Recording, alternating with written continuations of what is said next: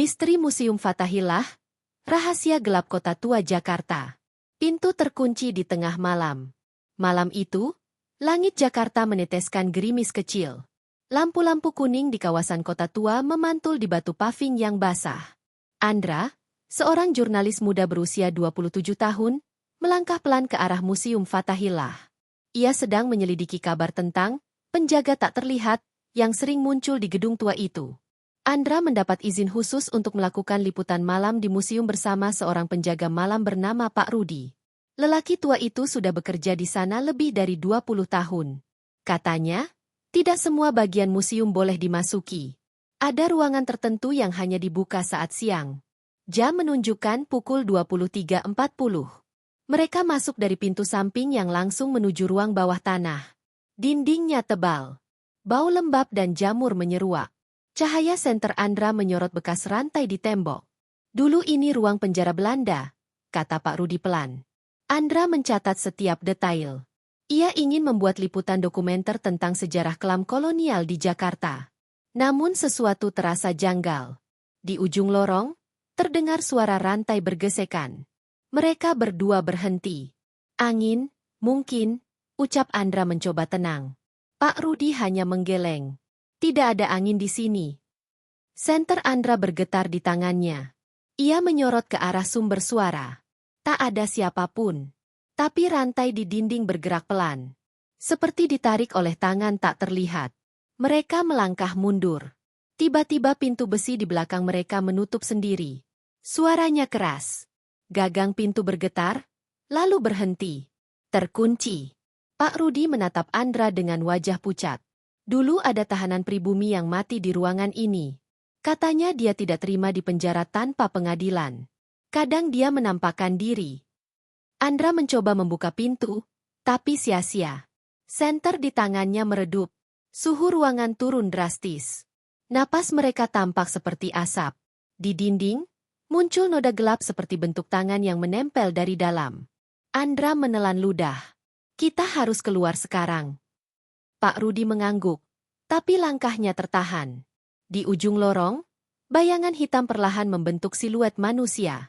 Tanpa wajah, hanya tubuh samar dengan rantai di kakinya. Siluet itu melangkah maju.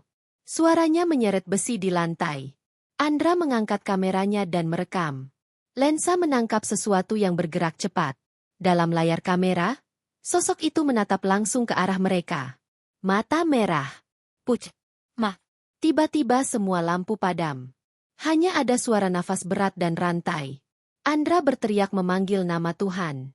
Ketika lampu kembali menyala, pintu besi terbuka. Bayangan itu lenyap. Namun di lantai, kamera Andra tergeletak. Masih menyala. Dalam rekaman terlihat jelas sosok hitam berdiri di belakang Pak Rudi sebelum menghilang begitu saja.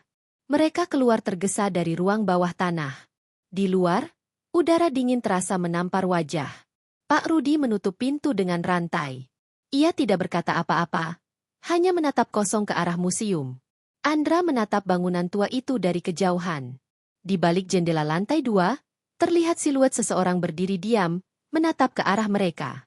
Padahal semua lampu sudah dimatikan. Sejak malam itu, Andra tidak pernah sama lagi.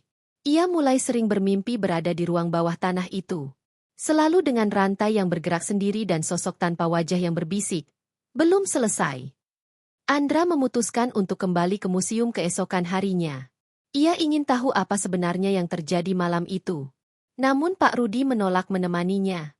Kalau kamu ke sana siang hari, jangan buka pintu yang ada rantainya. Itu bukan pintu untuk manusia. Andra diam. Ia tahu liputan ini bisa jadi yang paling berisiko sepanjang karirnya. Tapi rasa ingin tahunya terlalu besar. Ia ingin membuktikan bahwa cerita misteri Museum Fathahillah bukan sekadar legenda urban. Ketika ia menatap bangunan tua itu sekali lagi, ia menyadari sesuatu.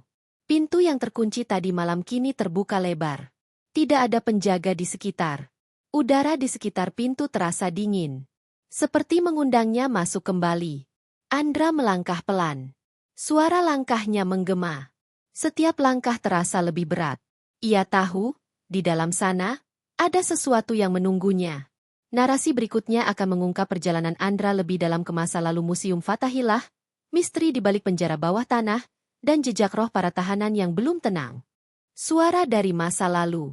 Andra kembali ke Museum Fathahillah keesokan harinya. Udara Jakarta siang itu panas dan lembab, tapi di kawasan kota tua, angin laut dari pelabuhan Sunda Kelapa membuat udara terasa sedikit sejuk. Ia berdiri di depan bangunan berarsitektur kolonial itu sambil menatap papan nama yang terukir jelas. Museum Sejarah Jakarta. Dari luar, museum itu tampak biasa. Banyak wisatawan berjalan santai, berfoto, dan tertawa. Tidak ada yang tahu apa yang terjadi semalam. Tidak ada yang tahu bahwa di bawah pijakan mereka, ada lorong gelap yang menyimpan sisa kemarahan ratusan tahun lalu. Andra melangkah masuk melalui pintu utama. Petugas di meja depan mengenalnya karena izin liputannya masih berlaku. Sendirian lagi, Mas Andra? Tanya petugas itu sambil tersenyum. Iya, Pak. Saya mau ambil beberapa gambar tambahan. Jawabnya singkat. Ia menyalakan kameranya dan mulai merekam ruang-ruang besar di lantai bawah.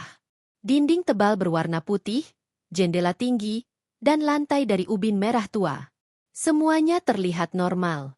Tapi Andra tahu, di balik keheningan itu, ada sesuatu yang tidak bisa dijelaskan. Ia menuruni tangga menuju ruang bawah tanah. Pintu besi yang semalam terkunci kini terbuka. Tidak ada rantai. Tidak ada gembok. Hanya bau lembab yang makin menyengat. Andra melangkah masuk dengan hati-hati. Ia menyorot setiap sudut dengan kamera. Ruangan itu masih sama seperti semalam. Ada bekas jeruji besi di dinding, rantai yang berkarat, dan selembar papan kecil bertuliskan, ruang tahanan zaman VOC. Ia mulai berbicara ke arah kamera. Teman-teman, inilah salah satu ruang penjara peninggalan Belanda di Museum Fathahillah. Konon, banyak tahanan pribumi yang meninggal di sini karena disiksa atau dibiarkan kelaparan. Saat ia berbicara, terdengar suara langkah pelan di belakang. Ia menoleh cepat. Tak ada siapapun. Ia menyalakan lampu tambahan di kameranya. Dinding itu masih kosong. Tapi suaranya terdengar lagi, lebih dekat. Andra menahan napas. Ia merekam tanpa berkata apa-apa. Suara rantai mulai terdengar dari arah kanan. Perlahan, udara berubah dingin. Dari kamera, muncul gangguan visual, gambar bergetar dan kabur sesaat. Siapa di sana? Seru Andra. Tidak ada jawaban. Hanya suara rantai yang menyeret di lantai. Ia maju beberapa langkah.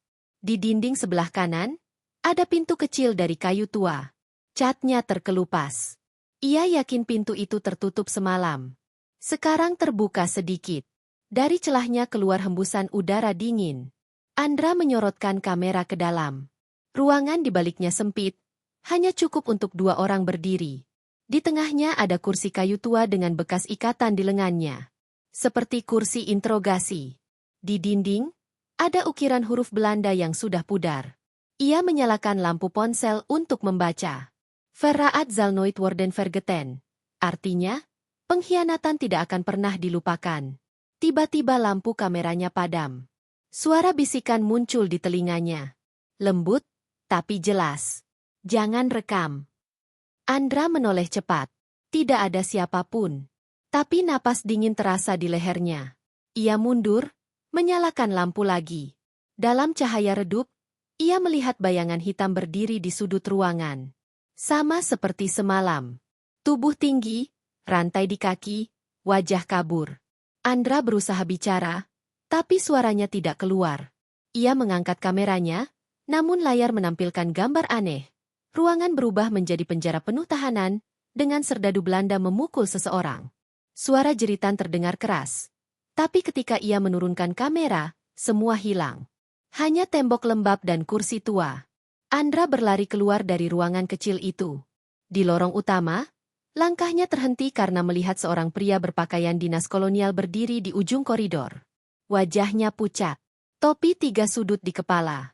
Ia menatap Andra lalu berkata dengan aksen berat, "Dia tidak bersalah. Tapi mereka membunuhnya."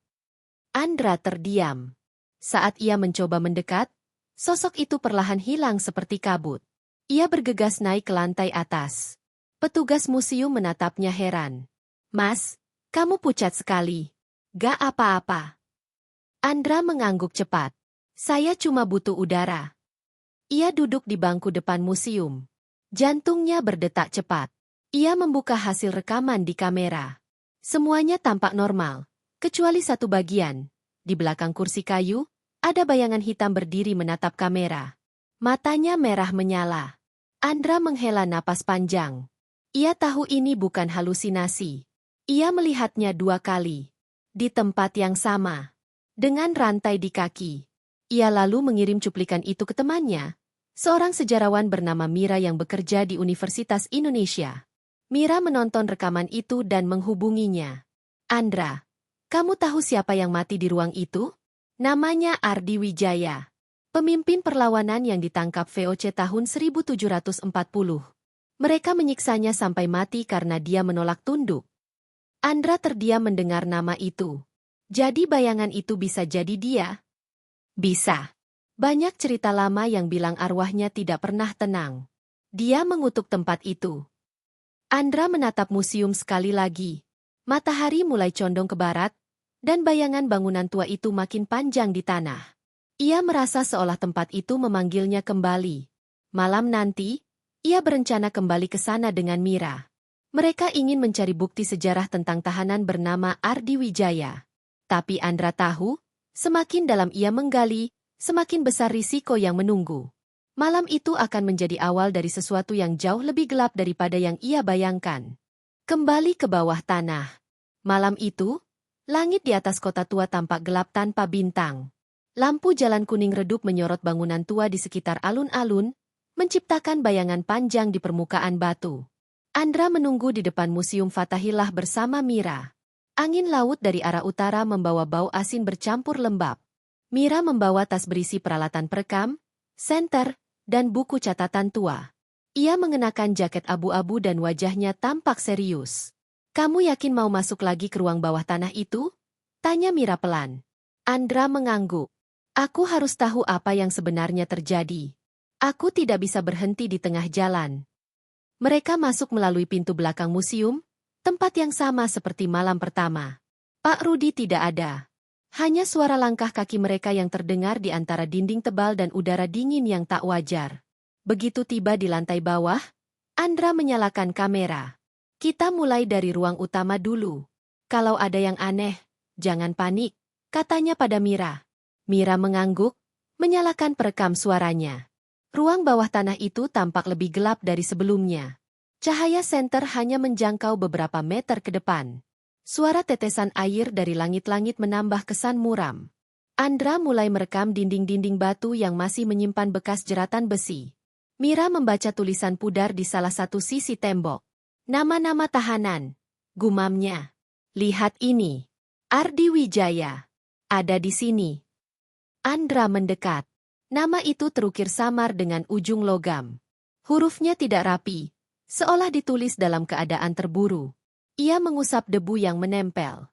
Di bawah nama itu, ada goresan lain berbentuk seperti lambang mata. Mira menatapnya lama. Ini simbol pengawasan. "Dulu, pasukan VOC menandai ruang eksekusi dengan tanda ini," ucapnya perlahan. Udara berubah lebih dingin. Lampu kamera Andra tiba-tiba meredup. Dari kejauhan, terdengar langkah pelan mendekat. Bukan langkah manusia biasa. Terdengar berat dan lambat, seperti menyeret sesuatu di lantai. Mira memegang lengan Andra. "Kamu dengar itu?" Andra mengangguk. "Tetap rekam." Mereka berdua menatap ujung lorong. Dalam cahaya redup, muncul kabut tipis. Dari balik kabut, terlihat sosok samar berjalan perlahan. Tubuhnya tinggi, rantai melingkar di pergelangan kaki.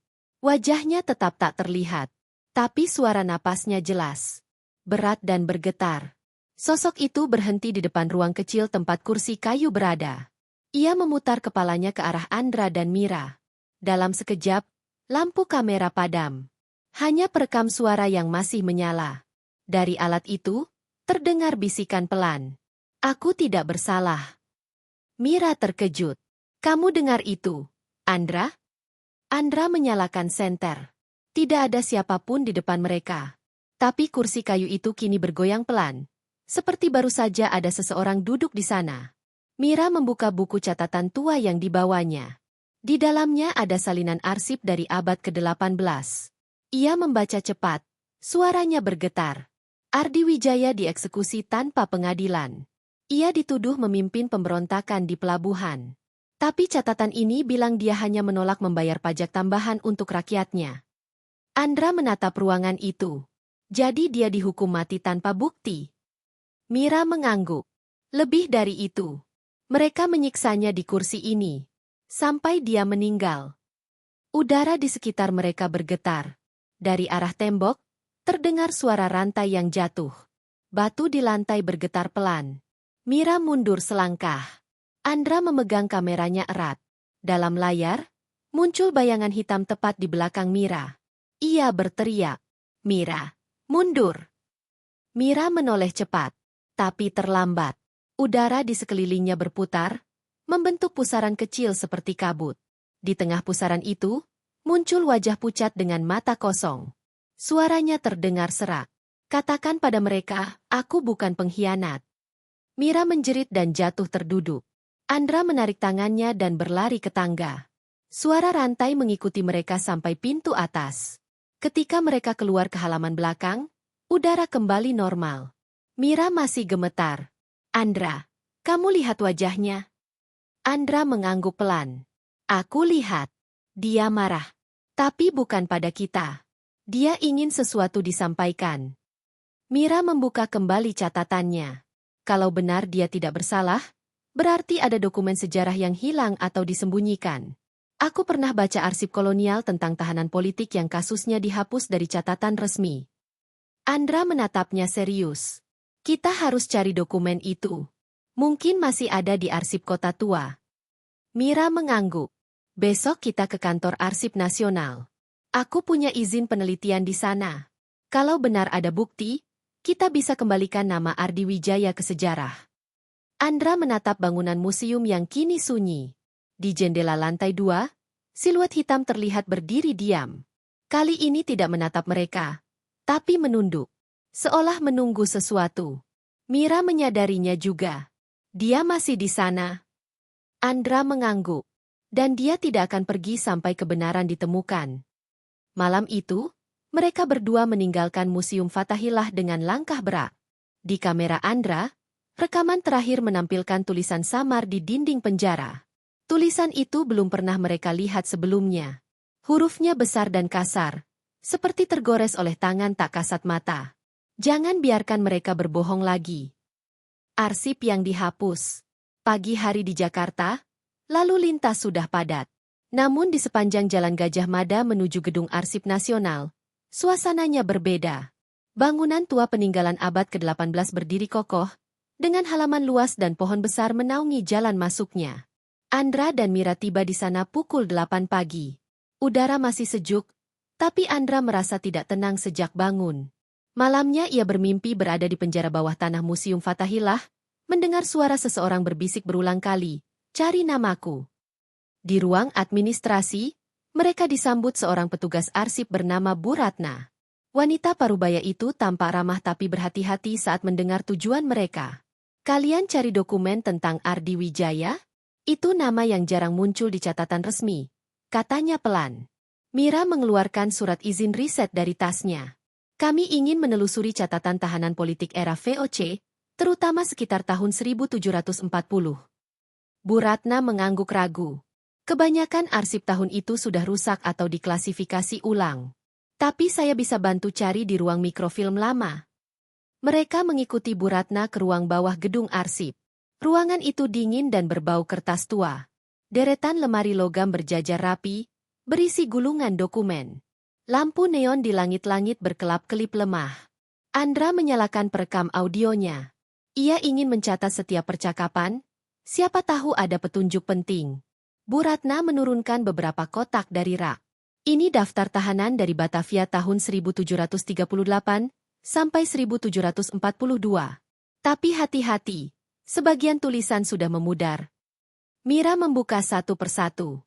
Tangannya berhenti di halaman berjudul Daftar Orang Pribumi yang Dihukum Karena Perlawanan Terhadap VOC. Ia membaca cepat, lalu menunjuk satu nama. "Andra, lihat ini." Nama Ardi Wijaya tercantum jelas. Tapi di sampingnya, ada coretan tinta hitam besar menutupi sebagian teks. Mira memiringkan halaman di bawah cahaya. Tulisan di bawah coretan itu samar tapi masih bisa dibaca. Tidak bersalah. Dihapus atas perintah pejabat tinggi. Mira menatap Andra dengan mata membesar. Ini dia. Mereka benar-benar menutupi kasusnya. Andra mengambil foto dokumen itu dengan kameranya. Berarti arwah yang muncul di museum benar. Dia memang dikorbankan. Bu Ratna memandangi mereka gelisah. Saya tidak menyarankan kalian terus menggali ini. Dulu, ada juga peneliti yang menelusuri kasus serupa. Setelah itu, dia menghilang tanpa jejak. Mira mengernyit. Menghilang bagaimana? Katanya terakhir kali terlihat di ruang arsip lama. Waktu petugas lain datang, semua lampu padam. Saat menyala lagi, dia sudah tidak ada. Udara ruangan tiba-tiba berubah dingin. Lampu di atas mereka bergetar dan mati seketika. Hanya sinar dari jendela kecil yang tersisa. Dari arah rak belakang, terdengar suara lembaran kertas berjatuhan. Andra menyalakan senter. Bu Ratna, jangan jauh dari kami. Mira memungut selembar kertas yang jatuh di kakinya. Di sana tertulis dengan tulisan tangan tua, aku menulis ini agar kebenaran tidak hilang. Mereka membunuhku dan menghapus namaku dari sejarah. Tinta di kertas itu masih basah seolah baru ditulis. Andra merinding. Ini tidak mungkin. Bu Ratna mundur perlahan. Kertas itu bukan dari koleksi kami. Tiba-tiba terdengar suara langkah dari ujung lorong arsip. Suara sepatu kulit berderap pelan di lantai batu. Lalu muncul siluet seseorang memakai mantel panjang dan topi lebar seperti seragam pejabat Belanda. Sosok itu berjalan tanpa suara napas. Tangannya memegang tongkat besi. Mira berbisik, Andra, rekam cepat. Andra mengangkat kameranya. Dalam layar terlihat jelas wajah pucat tanpa ekspresi. Matanya kosong, menatap langsung ke arah mereka. Sosok itu berhenti di depan rak. Tongkatnya mengetuk lantai 3 kali. Lalu suara berat keluar dari mulutnya. Nama itu tidak boleh disebut lagi. Lampu menyala mendadak. Sosok itu lenyap. Kertas di tangan Mira kini kosong tanpa tulisan. Hanya bekas tinta buram yang tersisa. Bu Ratna gemetar. Kalian harus pergi. Sekarang. Mira dan Andra keluar tergesa dari ruang bawah tanah. Saat tiba di halaman, mereka berhenti untuk mengatur napas. Andra membuka kameranya dan memeriksa hasil rekaman. Semua tampak normal, kecuali satu hal. Di menit ke-12, terlihat sosok pejabat Belanda itu menatap kamera. Di baliknya, samar-samar muncul bayangan tahanan berantai. Mira menatap layar lama. Sosok itu pasti penjaga arsip kolonial. Dia melindungi rahasia itu agar tidak terbuka. Andra menatap dokumen foto di tangannya. Tapi kita sudah punya buktinya. Nama Ardi Wijaya ada, dan ada catatan bahwa dia tidak bersalah. Mira menatap langit mendung di atas mereka. Kalau benar begitu, roh Ardi Wijaya tidak akan diam sebelum semua tahu. Dan mungkin, museum itu bukan sekadar tempat sejarah, tapi juga tempat dia menunggu keadilan. Andra mengangguk. Kita akan kembali malam ini. Kita kembalikan catatan ini ke tempatnya. Mungkin itu yang dia mau. Sore itu, mereka berdua meninggalkan gedung Arsip Nasional. Di kejauhan, bayangan gedung Museum Fathahillah terlihat samar diselimuti awan gelap. Burung-burung berterbangan rendah. Seolah seluruh kawasan kota tua sedang bersiap menghadapi sesuatu yang akan terulang dari masa lalu. Di dalam tas Andra, lembar foto dokumen itu mulai berubah warna. Huruf-huruf di dalamnya memudar, tergantikan tulisan baru yang muncul perlahan seperti diukir dari dalam kertas. Tulisan itu berbunyi, "Bawa aku pulang ke tempatku." Malam ketiga di museum. Hujan turun deras membasahi kawasan kota tua. Jalanan basah, lampu-lampu tua memantul di genangan air. Angin bertiup kencang, membawa aroma laut dan debu sejarah. Di tengah kegelapan, bangunan Museum Fathahillah berdiri kokoh seperti penjaga masa lalu yang enggan tidur. Andra dan Mira kembali malam itu. Mereka membawa foto dokumen yang diambil dari Arsip Nasional. Di kertas itu masih terlihat tulisan samar, "Bawa aku pulang ke tempatku." Mereka yakin pesan itu datang dari arwah Ardi Wijaya. Mira menggenggam senter dan buku catatan. Kita letakkan foto ini di ruang penjara bawah tanah, di tempat kursi itu. Katanya mantap. Andra mengangguk. Tapi kita harus hati-hati. Mungkin roh itu tidak sendirian. Mereka masuk melalui pintu belakang museum. Pintu itu terbuka sedikit, seolah sudah menunggu. Tidak ada penjaga malam. Tidak ada suara manusia. Hanya dentingan air hujan di atap tua. Andra menyalakan kamera. Cahaya lampu menembus kegelapan lorong. Udara terasa lebih dingin dari biasanya. Dinding berembun, lantai licin. Saat menuruni tangga ke bawah tanah, langkah mereka bergema panjang. Begitu tiba di ruang penjara, suasananya berbeda. Tidak ada suara tikus atau angin. Hening total. Kursi kayu di tengah ruangan terlihat bersih, seperti baru saja dipoles.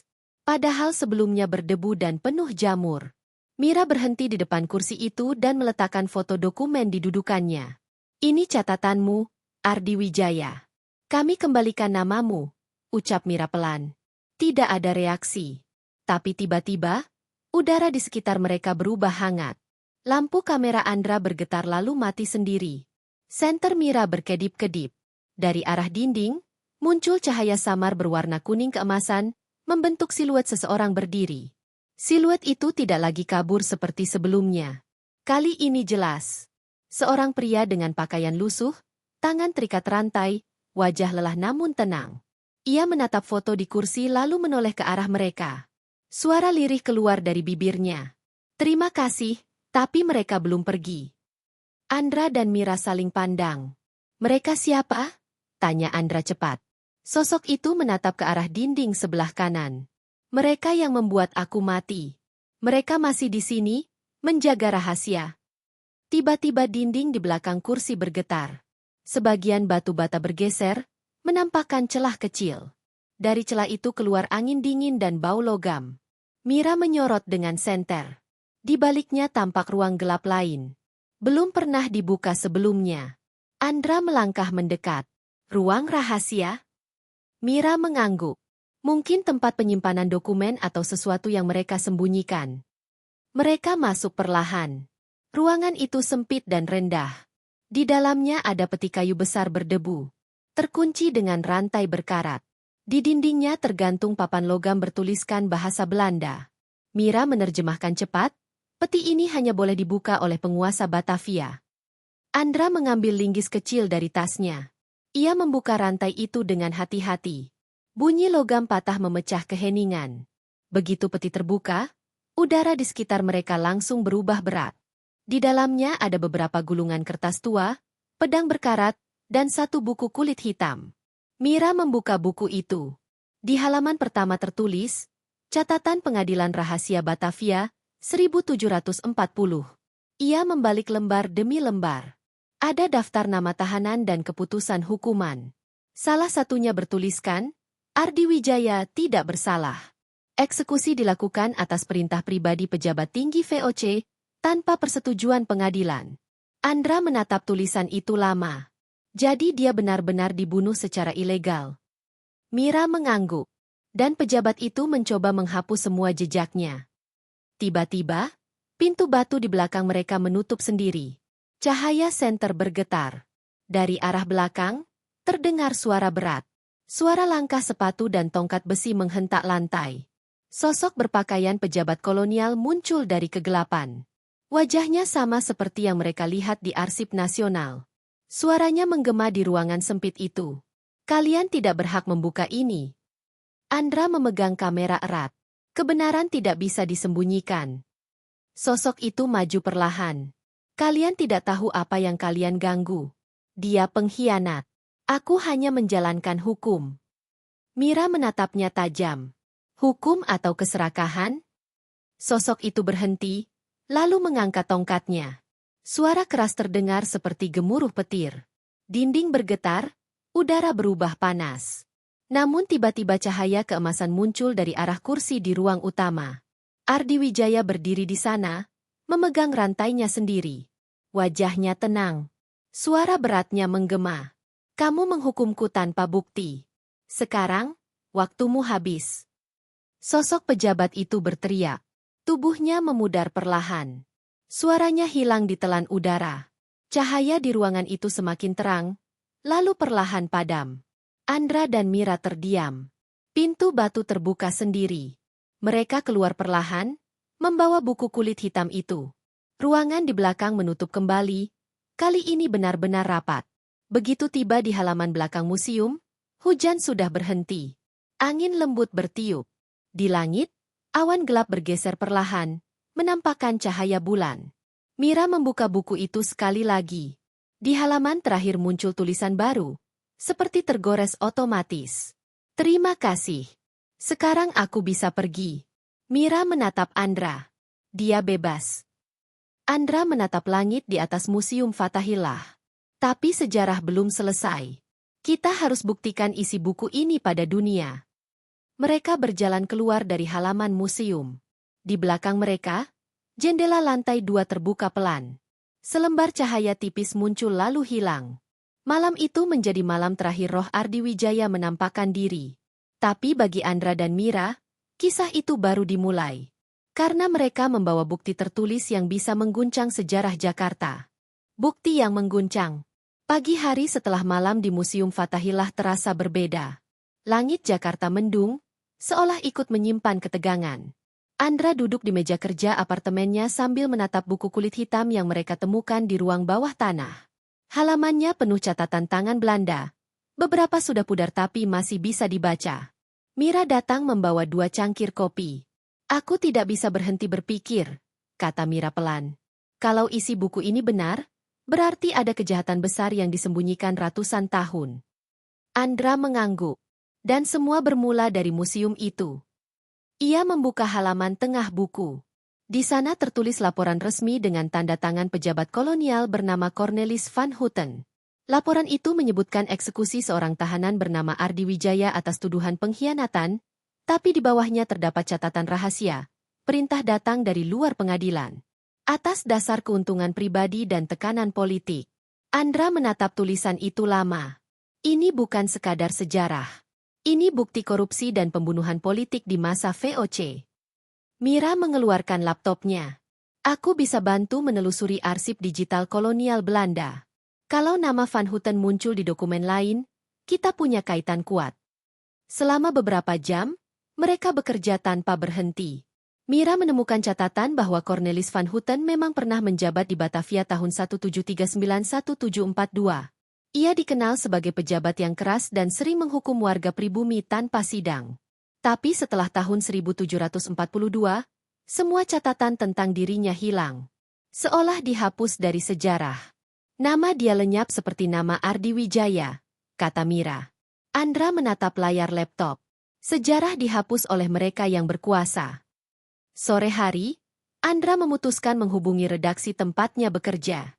Ia ingin melaporkan temuan itu untuk dijadikan dokumen tersejarah. Namun pimpinan redaksi, Pak Hendra, terdengar ragu di telepon. Topik ini sensitif, Andra. Banyak pihak yang tidak ingin masa lalu seperti itu diungkit lagi. Tapi ini fakta, jawab Andra tegas. Saya tahu. Tapi kamu harus hati-hati. Jangan publikasikan dulu sebelum ada bukti pendukung lain. Andra menutup telepon dengan wajah tegang. Mira menatapnya. Mereka takut. Andra mengangguk. Sepertinya begitu. Malamnya, Andra memutar ulang semua rekaman di kameranya. Ada satu bagian yang baru ia sadari. Saat mereka keluar dari ruang rahasia, kamera sempat merekam sosok lain di belakang Ardi Wijaya. Seorang pria berpakaian modern, berdiri di sudut ruangan. Wajahnya tidak jelas, tapi bayangannya tampak nyata. Andra memperbesar gambar. Sosok itu memakai jas hitam, seperti pegawai pemerintahan masa kini. Ini bukan roh kolonial, katanya perlahan. Mira mendekat. Mungkin penjaga atau seseorang yang mengikuti kita? Andra menggeleng.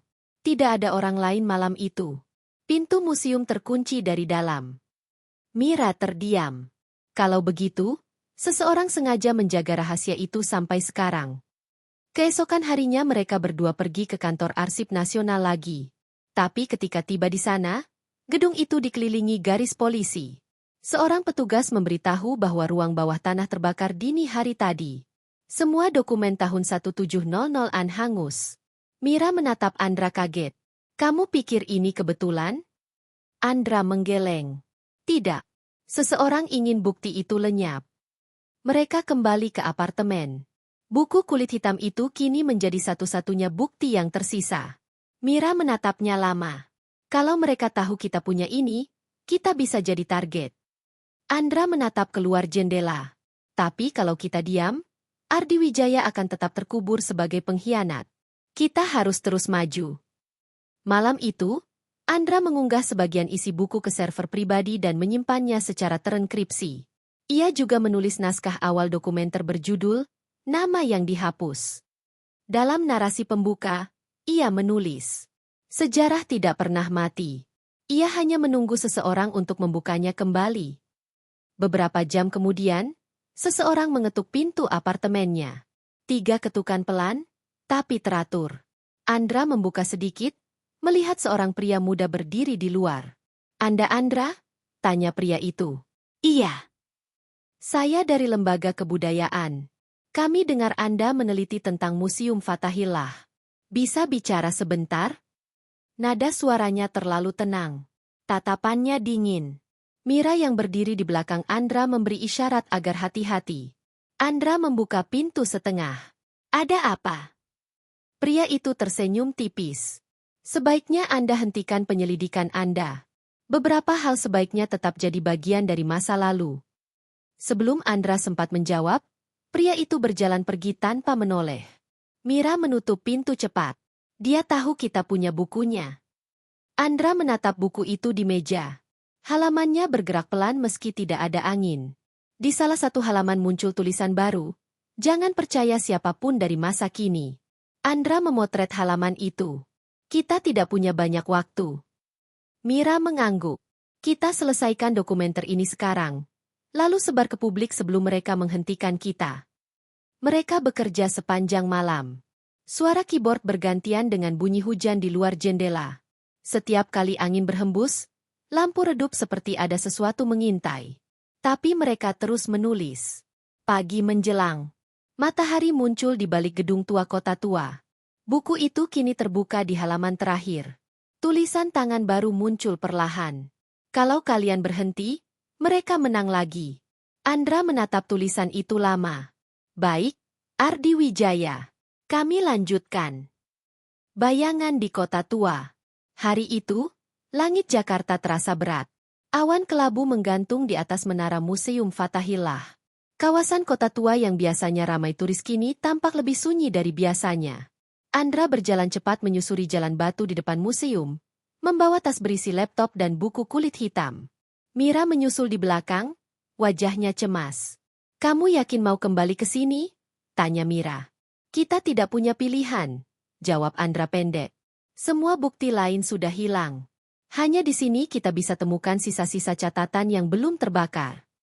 Mereka masuk lewat pintu belakang museum, dibantu seorang petugas keamanan tua bernama Pak Rahman. Ia mengenal Andra sejak dulu dan bersedia membantu dengan syarat mereka tidak membuat keributan. "Saya kerja di sini sejak 1980-an, kata Pak Rahman pelan. "Banyak yang bilang museum ini angker. Tapi yang lebih menakutkan bukan hantu, melainkan orang yang masih hidup." Andra tersenyum kecut. "Saya mulai percaya itu." Mereka menuruni tangga menuju ruang bawah tanah yang dulu terkunci. Dindingnya lembab, bau debu bercampur tanah basah. Lampu senter kecil di tangan Andra bergetar setiap kali langkah kaki mereka bergema. "Lihat," kata Mira menunjuk ke dinding sisi kanan. Ada ukiran samar berbentuk lambang VOC dan di bawahnya tertulis tahun 1742. Tepat tahun eksekusi Ardi Wijaya. Andra mendekat, menyalakan kamera. "Kita rekam semua." Saat lampu senter menyorot ke arah ukiran itu, sesuatu aneh terjadi. Udara mendadak dingin. Napas mereka tampak seperti uap. Lampu senter bergetar dan padam sesaat. Ketika nyala kembali, ukiran itu berubah. Di bawah lambang VOC kini muncul goresan baru. Tulisan berbahasa Belanda yang berarti, "Mereka tidak pernah pergi." Mira mundur 2 langkah. Tulisan itu baru muncul. "Andra." Andra menatap dinding. Atau mungkin mereka ingin menunjukkan sesuatu. Tiba-tiba terdengar suara langkah kaki dari arah atas tangga. Pak Rahman yang tadi bersama mereka tidak terlihat lagi. Lampu senter kedua milik Mira mati. Hanya suara langkah yang terus mendekat. Pelan. Teratur. Andra? Suara Mira bergetar. Andra menariknya ke belakang peti kayu tua. Mereka bersembunyi. Dari celah, terlihat seorang pria turun membawa lampu minyak. Rambutnya pirang, mengenakan mantel panjang model abad ke-18. Matanya kosong, wajahnya pucat. Langkahnya berhenti tepat di depan ukiran dinding. Ia menatapnya lama, lalu berbalik ke arah mereka. Sorot matanya tajam, menembus gelap. Kalian bukan bagian dari sejarah ini. Suaranya berat dan bergema. Andra menahan napas. Sosok itu perlahan mengangkat tangannya, dan cahaya dari lampu minyak berpendar kuat hingga ruangan terasa berputar. Dalam sekejap, Andra dan Mira seperti terseret ke masa lalu. Mereka melihat ruangan yang sama, tapi dalam kondisi berbeda. Terang oleh obor. Penuh penjaga berseragam Belanda. Di tengah ruangan, seorang pria pribumi diikat di tiang kayu, tubuhnya berlumur darah. Ia berteriak, "Aku tidak bersalah. Aku hanya melindungi rakyatku." Salah satu penjaga membaca surat perintah eksekusi. Nama di kertas itu jelas, Ardi Wijaya. Di sisi lain ruangan, terlihat Cornelis van Houten menandatangani surat itu dengan tenang. Andra menatap pemandangan itu seperti menonton film hidup. Kita melihat kejadian aslinya. Mira menutup mulutnya. Ini bukan mungkin. Ketika cambuk pertama menghantam punggung Ardi Wijaya, ruangan kembali bergetar. Suara jeritannya menggema di seluruh ruang bawah tanah. Lalu semuanya gelap. Ketika lampu senter kembali menyala, mereka sudah kembali ke masa kini. Tapi ukiran di dinding kini berubah lagi. Tertulis dalam bahasa Indonesia kuno, "Tegakkan kebenaran yang kami tinggalkan." Mira terisak pelan. Dia ingin kita teruskan perjuangannya. Andra menatap tulisan itu. Maka kita akan lakukan. Namun saat mereka naik ke permukaan, suasana museum berubah. Semua lampu padam. Pintu keluar terkunci dari luar. Hanya terdengar suara radio kecil di ruang penjaga memutar berita. Kebakaran misterius di Arsip Nasional diduga sabotase. 2 orang saksi hilang, termasuk jurnalis Andra Prasetya. Andra menatap Mira kaget. Mereka pikir kita sudah mati. Dan itu mungkin satu-satunya alasan kita masih hidup, jawab Mira cepat. Mereka menunggu hingga pagi. Saat sinar matahari mulai menembus jendela tua museum, Pak Rahman muncul dari balik lorong. Wajahnya pucat. Kalian harus pergi sekarang. Ada orang yang mencari kalian semalam. Andra mengemasi semua perlengkapan dan buku kulit hitam. Sebelum pergi, ia menatap dinding ruang pamer yang menampilkan foto-foto masa kolonial. Di salah satu foto, ia melihat wajah yang sangat dikenalnya. Pria pirang berjas panjang, berdiri di barisan pejabat Belanda. Cornelis van Houten. Tapi di belakangnya, samar, ada bayangan Ardi Wijaya yang menatap lurus ke kamera. Andra memotret foto itu dengan ponselnya. Kita sudah terlalu jauh untuk mundur, katanya. Mira menatapnya serius. Kita harus cari tahu siapa yang masih melindungi rahasia ini di masa sekarang. Mereka keluar dari museum dengan langkah cepat. Udara pagi terasa berat, tapi juga memberi kekuatan baru. Di kejauhan, lonceng tua di Menara Fathahillah berdentang 3 kali. Andra berhenti sejenak dan menatap ke arah menara. Di sana, di balik kaca, terlihat sosok Ardi Wijaya berdiri diam, memberi isyarat dengan tangan, seolah berkata, "Jangan berhenti." Andra mengangguk pelan. Kami tidak akan berhenti. Mereka berjalan menuju arah pelabuhan Sunda Kelapa. Di sanalah petunjuk terakhir mungkin berada. Sebuah catatan di akhir buku kulit hitam menuliskan satu kalimat. Kebenaran tenggelam bersama kapal terakhir VOC yang berangkat dari Batavia. Dan kini, untuk menemukannya, mereka harus menggali bukan hanya sejarah, tapi rahasia yang disembunyikan di dasar laut. Kapal terakhir dari Batavia. Pagi itu, langit di pelabuhan Sunda Kelapa berwarna abu-abu gelap. Ombak kecil memecah di antara kapal-kapal kayu tua yang berlabuh. Udara asin bercampur bau solar. Andra dan Mira berdiri di dermaga, menatap laut yang tampak luas dan misterius. Kalimat terakhir di buku itu jelas, kata Andra. Kebenaran tenggelam bersama kapal terakhir VOC. Kita harus cari tahu kapal mana yang dimaksud. Mira membuka catatannya. Aku sudah memeriksa arsip digital maritim Belanda. Ada satu kapal yang cocok. Namanya De Zeemach. Berangkat dari Batavia tahun 1742 dan hilang tanpa jejak di perairan utara Jakarta. Andra mengangguk. Tahun yang sama dengan eksekusi Ardi Wijaya. Mereka menuju bangunan tua di dekat pelabuhan, bekas gudang rempah yang kini dijadikan kantor komunitas sejarah maritim. Di dalam, tumpukan peta tua memenuhi dinding. Seorang pria tua berkacamata tebal sedang menulis di meja kayu. Namanya Pak Damar, mantan arkeolog laut yang kini meneliti kapal-kapal VOC. Andra memperkenalkan diri. Kami ingin tahu tentang kapal De Zeemach. Pak Damar berhenti menulis, menatap mereka lama. Kenapa kalian cari kapal itu? Kami menemukan catatan yang menyebut kapal itu membawa dokumen rahasia dari Batavia. Jawab Mira cepat. Pak Damar menghela napas panjang. Kapal itu memang misterius. Banyak cerita beredar. Ada yang bilang membawa emas. Ada yang bilang membawa tawanan politik. Tapi catatan resminya tidak pernah ditemukan. Andra mengeluarkan foto buku kulit hitam dari ponselnya. Kami punya sesuatu. Pak Damar menatapnya lama. Di mana kalian menemukan ini? Di ruang bawah tanah Museum Fathahillah. Pak Damar berdiri perlahan. Kalau begitu, kalian harus dengar sesuatu. Ia membuka laci meja dan mengeluarkan peta laut tua yang dilaminasi. Ini rute De Zeemach. Kapal itu berlayar dari Batavia menuju Cirebon, tapi tidak pernah tiba. Terakhir kali terlihat oleh kapal pengintai di perairan sekitar Pulau Damar Besar. Setelah itu, hilang. Anehnya, laporan tentang kapal itu juga hilang dari arsip kolonial. Mira mencatat cepat. Jadi kemungkinan bangkainya ada di sekitar pulau itu. Pak Damar mengangguk. Beberapa penyelam pernah mencoba mencari, tapi mereka semua berhenti. Katanya, ada sesuatu yang aneh di bawah laut sana.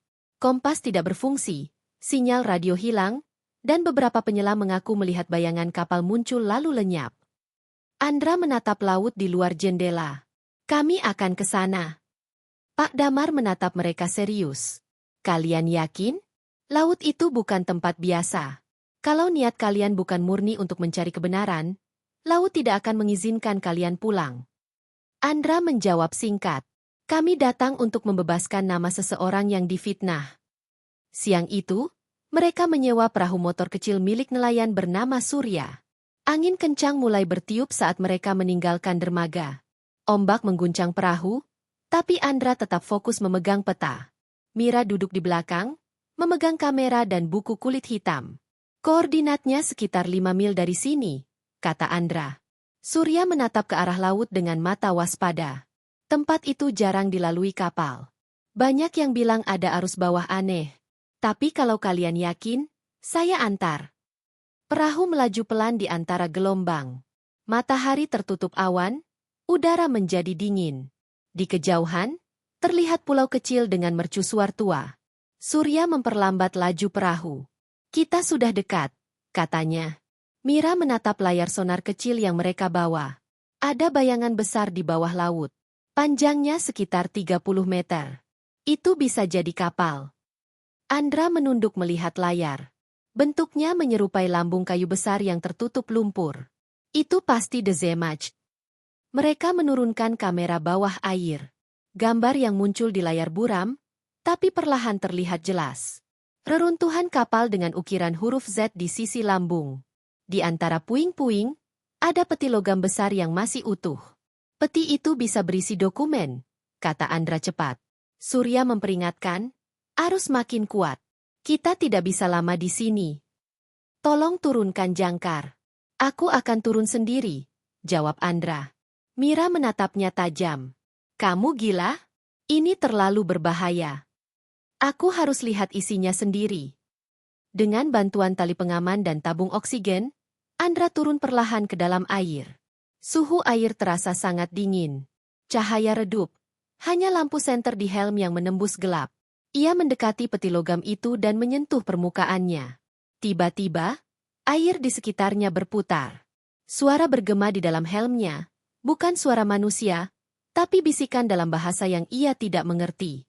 Ia mencoba membuka peti, tapi terkunci kuat. Saat menarik gagangnya, sekelebat cahaya muncul. Sekitar kapal, muncul sosok-sosok samar mengenakan pakaian kolonial, melayang tanpa suara. Salah satunya menatap langsung ke arah Andra. Wajahnya jelas. Ardi Wijaya. Ia mengangkat tangan, menunjuk ke dada Andra. Di sana, cahaya dari buku kulit hitam di tas menyala kuat, menembus air. Lalu kunci peti berputar sendiri dan terbuka. Andra melihat gulungan kertas di dalamnya. Ia mengambil satu, lalu arus deras tiba-tiba menghantam tubuhnya. Semua cahaya padam. Ketika Andra sadar, ia sudah di atas perahu. Mira menangis sambil menekan dadanya. Kamu hampir tidak naik lagi. Tabungmu bocor. Andra terbatuk, menarik napas dalam. Aku dapatkan ini. Ia menunjukkan gulungan kertas yang masih basah. Tulisan di atasnya berbahasa Belanda. Pak Damar membacanya cepat setelah mereka kembali ke darat malam itu. Ini laporan resmi Dewan Kolonial, kata Pak Damar. Ternyata Ardi Wijaya tidak pernah diadili. Eksekusinya ilegal. Ia dihukum karena menolak menyerahkan tanah milik rakyat kepada perusahaan dagang VOC. Mira menatap Andra dengan mata berkaca. Dia mati karena membela rakyat. Andra mengepalkan tangan. Dan sekarang dunia akan tahu. Namun sebelum mereka sempat berbicara lebih jauh, listrik di kantor tiba-tiba padam. Dari luar jendela, terlihat siluet seseorang berdiri di bawah lampu jalan. Wajahnya tak terlihat, tapi sosoknya sama seperti pria yang datang ke apartemen Andra malam itu. Mira berbisik, mereka tahu kita masih hidup. Andra menatap gulungan kertas di tangannya. Mereka boleh punya kekuasaan. Tapi sekarang kita punya kebenaran. Di luar, petir menyambar laut Jakarta. Lonceng tua di Menara Fathahillah berdentang pelan. Dan di antara gema malam, terdengar suara samar seperti bisikan dari laut. Jangan berhenti sampai semuanya terungkap. Malam terakhir di Kota Tua. Malam itu, Kota Tua Jakarta seperti mati. Lampu jalan di sekitar Museum Fathahillah padam serentak. Hanya sisa cahaya dari bulan yang menggantung di atas menara tua. Angin bertiup pelan membawa aroma laut dan debu sejarah. Andra dan Mira berdiri di halaman museum, membawa gulungan kertas dan buku kulit hitam yang kini semakin lapuk. Kita harus rekam semuanya malam ini, kata Andra pelan. Sebelum mereka datang lagi. Mira mengangguk. Aku sudah siapkan kamera dan mikrofon. Kita rekam di dalam aula utama. Di sana suara gema bisa memperjelas rekaman. Mereka masuk lewat pintu samping yang sudah lama rusak. Di dalam, ruangan besar itu terasa dingin dan kosong. Lantai marmer retak, cat dinding mengelupas. Di tengah ruangan, meja kayu panjang berdiri di bawah lampu gantung tua. Disitulah dulu sidang kolonial dijalankan. Andra menyalakan kamera. Kita mulai. Ia berdiri di depan meja itu, menatap lensa kamera dengan wajah tegas. Aku Andra Prasetya, jurnalis independen. Bersama Mira, kami menemukan bukti sejarah yang telah disembunyikan selama ratusan tahun. Nama seorang pria bernama Ardi Wijaya difitnah sebagai pengkhianat dan dihukum tanpa pengadilan. Eksekusinya diperintah oleh pejabat kolonial VOC bernama Cornelis van Houten untuk kepentingan pribadi. Kami menemukan catatan aslinya. Dan malam ini, kami buka kebenarannya. Mira mengambil alih kamera, mengarahkannya ke dokumen yang terbentang di meja. Tulisan Belanda di atas kertas tua itu jelas, dengan stempel resmi VOC di sudutnya. Ia membacakan terjemahannya perlahan. Atas perintah yang tidak tercatat, tahanan bernama Ardi Wijaya dieksekusi demi stabilitas perdagangan di Batavia. Surat ini tidak akan dimasukkan dalam arsip resmi demi keamanan administrasi. Hening memenuhi ruangan. Hanya suara detak jam tua di dinding yang terdengar. Mira menatap Andra. Kalau video ini tersebar, tidak ada jalan kembali. Andra menatap layar kamera. Kita tidak perlu jalan kembali. Kita hanya perlu maju. Mereka mulai menyiapkan unggahan ke server aman. File video, foto buku kulit hitam, hasil terjemahan, dan salinan laporan kolonial. Proses unggahan berjalan 40% lalu berhenti. Jaringan terputus, kata Mira cepat. Ada yang memblokir sinyal. Andra berdiri, menatap ke arah jendela besar di belakang aula. Dari luar, terlihat beberapa cahaya lampu senter mendekat. Mereka sudah datang, bisiknya. Mira mematikan lampu kamera dan menarik Andra ke balik tiang pilar. Langkah-langkah kaki berat terdengar di lorong luar. Pintu utama terbuka keras. 5 pria berpakaian hitam masuk, membawa alat komunikasi dan senter. Wajah mereka ditutupi masker. Suara pemimpin mereka terdengar jelas. Cari 2 orang itu. Dokumennya jangan sampai keluar. Mira berbisik. Kalau kita tidak bisa unggah dari sini, kita kirim langsung dari server museum. Aku tahu ruang kontrolnya masih punya jalur jaringan satelit. Andra mengangguk. Kita harus sampai ke ruang bawah. Mereka bergerak cepat menyusuri lorong gelap menuju ruang bawah tanah. Di belakang mereka, suara langkah semakin dekat. Senter-senter menyorot ke segala arah. Salah satu pria melihat bayangan mereka dan berteriak, "Di sana!" Andra menendang pintu kayu tua hingga terbuka. Mereka berlari turun, napas terengah. Lampu senter kecil di tangan Mira menyorot dinding lembab yang dulu menampakkan ukiran VOC. Tapi kini, ukiran itu berubah. Tulisan lama lenyap, berganti kalimat baru yang tampak terbakar di batu. Lanjutkan yang belum selesai. Mira berhenti sejenak menatap tulisan itu. Dia tahu kita kembali. Andra menatap ke arah tangga. Dan kita tidak sendiri. Dari atas, terdengar suara benda berat jatuh. Salah satu pria berteriak minta tolong, lalu sunyi. Suara angin berdesir seperti langkah kaki dari masa lalu. Andra dan Mira tiba di ruang kontrol tua di ujung lorong. Komputer tua masih berdiri, terhubung ke terminal listrik museum. Mira cepat menyalakan laptopnya dan menyambungkan kabel data.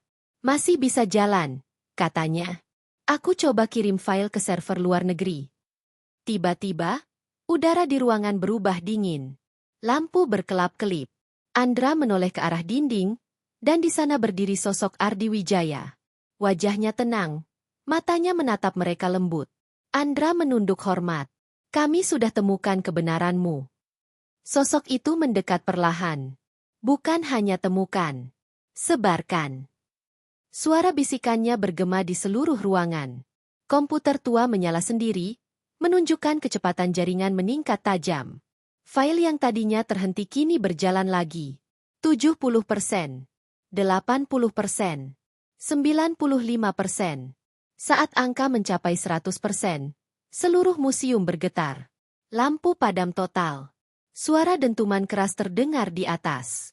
Para pria berpakaian hitam berlari panik. Di aula utama, lonceng tua di menara berdentang keras, memecah keheningan malam. Mira menatap layar laptop yang kini menampilkan tulisan, "Upload completed." Andra menghembuskan napas panjang. Kita berhasil. Namun tiba-tiba, pintu ruang bawah tanah terbuka keras. 2 pria masuk membawa senter. Mereka melihat Andra dan Mira, lalu menarik pistol. Serahkan dokumennya. Andra berdiri tegak. Terlambat. Semuanya sudah tersebar. Salah satu pria melangkah maju. Tapi sebelum sempat menembak, lampu di ruangan berkedip kuat. Udara terasa bergetar. Dari arah lorong, muncul bayangan ratusan orang berpakaian masa kolonial, membawa obor. Di depan mereka, Ardi Wijaya berdiri tegak. Wajah para pria itu pucat. Apa itu? Bayangan-bayangan itu maju perlahan, menembus tubuh mereka satu persatu. Suara mereka menggema, sejarah tidak bisa dibungkam. Dalam hitungan detik, para pria itu lenyap. Hanya tersisa bau hangus dan udara dingin. Andra menatap Mira. Semua sudah berakhir. Mira menggeleng pelan. Tidak, ini baru awal. Dunia akan tahu apa yang terjadi di museum ini. Mereka naik ke permukaan saat fajar mulai menyingsing. Sinar matahari pertama memantul di menara Fatahillah. Burung-burung beterbangan di atas atap merah tua. Andra berdiri di halaman depan museum sambil menatap sekeliling. Kota tua kini perlahan hidup kembali. Pedagang kaki lima menyiapkan dagangan, turis mulai berdatangan, tapi tidak ada yang tahu apa yang terjadi malam itu. Mira membuka ponselnya. Lihat. Di layar, berita dari berbagai portal muncul serentak. Judulnya sama. Dokumen rahasia VOC terungkap. Nama pejuang Ardi Wijaya dipulihkan. Andra tersenyum kecil. Akhirnya, mereka berjalan meninggalkan museum. Tapi sebelum benar-benar pergi, Andra menoleh sekali lagi. Di jendela lantai 2, samar terlihat sosok Ardi Wijaya berdiri di balik kaca. Ia menatap mereka, tersenyum, lalu menghilang perlahan. Suara lonceng berdentang 3 kali. Mira berbisik pelan. Kota tua menyimpan terlalu banyak rahasia. Andra menatap langit. Tapi setidaknya satu kebenaran kini sudah bebas. Langit Jakarta cerah pagi itu. Tapi di dalam dinding tua Museum Fathahillah, mungkin masih ada suara bisikan masa lalu yang belum sempat diceritakan. Dan bagi mereka yang berani mendengarkan, kisah itu akan selalu menunggu di balik pintu kayu tua yang berderit pelan saat malam tiba. Pagi menyapa kota tua dengan cahaya lembut yang menembus kabut sisa hujan semalam. Museum Fathahillah tampak tenang, seolah tak pernah menjadi saksi peristiwa yang mengguncang sejarah. Andra dan Mira kini hidup dengan identitas baru.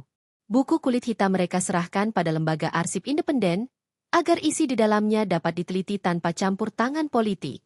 Nama Ardi Wijaya mulai dikenal sebagai pahlawan yang terlupakan. Namun, kadang saat malam tiba, Andra masih mendengar dentang lonceng tua dari kejauhan. Setiap kali ia menoleh ke arah museum, ia melihat bayangan samar berdiri di jendela menara, sosok berjubah gelap yang hanya menatap diam. Ia tahu, beberapa rahasia tidak ditulis untuk dibuka. Tapi selama ada yang berani mencari kebenaran, sejarah tidak akan pernah bisa dikubur.